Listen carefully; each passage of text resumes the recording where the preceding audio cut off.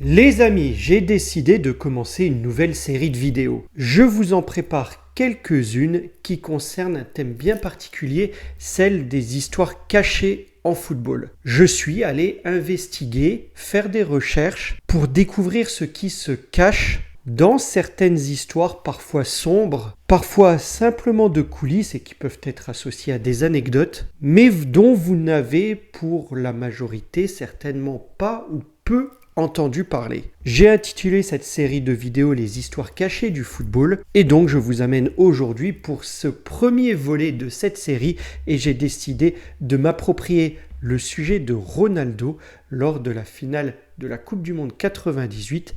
Que s'est-il passé? A-t-il réellement été empoisonné ou y a-t-il eu d'autres théories? Bref, on va voir tout ça ensemble et si cette série vous plaît, si les vidéos que je fais régulièrement et que vous suivez vous plaisent, n'hésitez pas à vous abonner. Comme ça, vous ne manquerez rien de ces prochaines vidéos concernant notamment cette série. Et vous pouvez aussi devenir membre de la chaîne. Toutes les explications sous la vidéo dans l'onglet Rejoindre.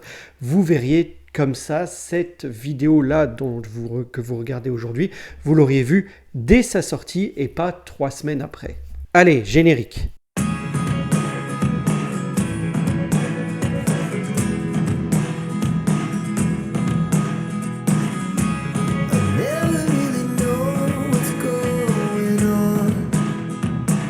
Bonjour les amis et bienvenue dans cette nouvelle vidéo qui concerne donc la première vidéo d'une série d'histoires cachées du football. On s'intéresse à Ronaldo, c'est parti tout de suite. Nous sommes le 12 juillet 1998, ça vous rappelle de très bons souvenirs, n'est-ce pas?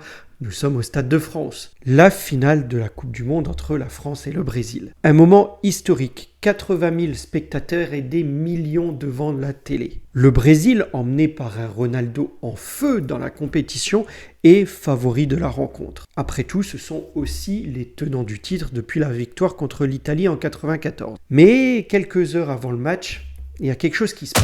Ronaldo disparaît d'abord, puis revient, mais on a l'impression, son entourage a l'impression que ce n'est plus le même. La question est simple et celle à laquelle on va tenter de répondre ici. Que s'est-il passé au sujet de Ronaldo avant la finale de cette Coupe du Monde 98? Eh bien, pour y répondre, donnons d'abord un peu de contexte et revenons un peu en arrière.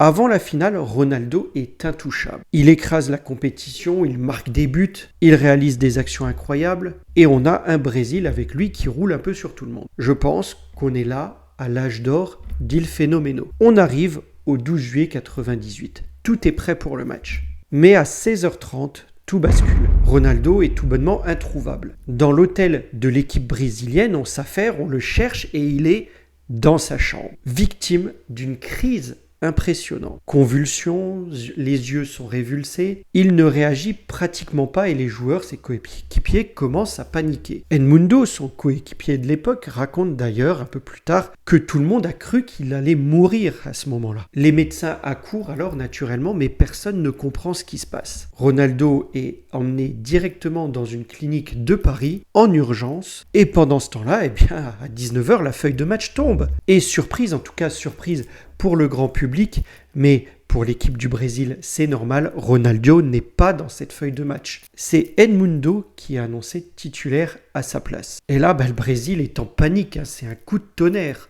Leur meilleur joueur, le meilleur joueur du monde à ce moment-là, est absent. Forfait pour la finale de la Coupe du Monde. Ou du moins à ce moment-là, eh bien c'est ce que tout le monde croit. Et oui, parce qu'à 20h, rebondissement. Ronaldo arrive au stade et il est tout sourire devant les caméras. Il dit au médecin du Brésil qu'il va bien et il exige de jouer. Le staff brésilien panique alors, ils ne veulent pas prendre de risques inutiles pour le joueur, sa santé est primordiale, mais Ronaldo insiste. Il est aussi têtu que Tsubasa avec une épaule en moins. Eh bien d'accord, les médecins actent la santé de Ronaldo et le staff et l'équipe également. À 20h30, la feuille de match est modifiée. Ronaldo est bien inscrit sur la feuille de match de cette finale. Il est finalement titulaire.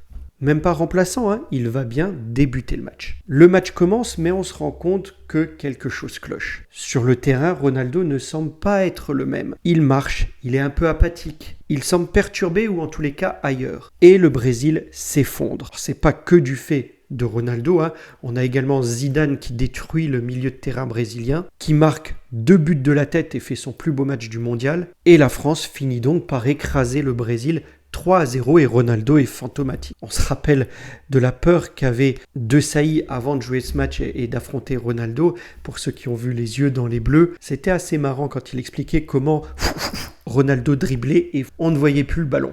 Et ben là, c'est Ronaldo malheureusement qu'on n'a pas vu. En tout cas malheureusement pour les Brésiliens. Mais le mystère reste entier quand même. Que s'est-il passé? Pourquoi Ronaldo a-t-il été si diminué? Et là, les rumeurs explosent. Ça y va de bon train un peu partout. Empoisonnement, complot, pression politique. Voici les principales théories qui ont été évoquées à l'époque. Alors oui, parmi elles, certains pensent qu'il a été victime d'une intoxication alimentaire. Peut-être une mauvaise nourriture, mais alors pourquoi seulement lui?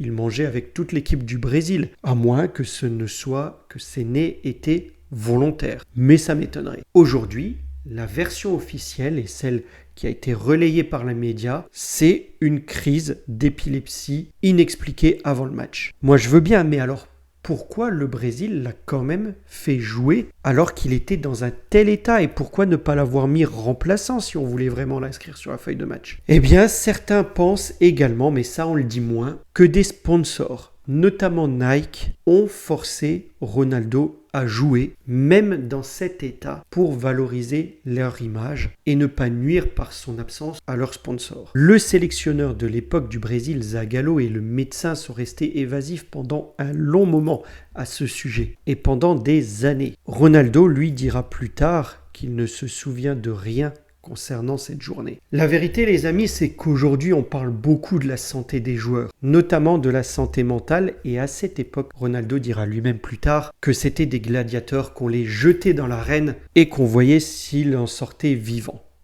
Du coup, la crise d'épilepsie, plus la pression qu'on lui a mis pour jouer, eh bien, l'ont fait sombrer pendant ce match, et c'était que l'ombre de lui-même. Je rappelle qu'il était jeune, hein, il avait 22 ans, et à cet âge-là, eh ben, on sait moins comment gérer tout ça qu'à 30-35 ans. En conclusion, on peut dire que cette histoire est restée longtemps un mystère. Je pense, si vous ne connaissiez pas les coulisses, qu'avec cette vidéo, vous comprenez ce qu'il est réellement arrivé, si vous interrogiez encore sur ce qui s'était passé le jour-là pour Ronaldo. En tous les cas, lui a pris sa revanche, puisque 4 ans plus tard, il mène le Brésil au titre en 2002 et devient la légende qu'on connaît, après avoir été déjà champion du monde en 94, même s'il n'avait pas joué, mais il était bien dans l'équipe, hein, pour ceux qui ne le savaient pas. Alors les amis, je vous le demande, selon vous, que s'est-il passé ce soir-là? Est-ce que vous pensez vraiment à cette crise d'épilepsie, plus à la pression que les sponsors lui ont mis pour jouer? Ou donneriez-vous du crédit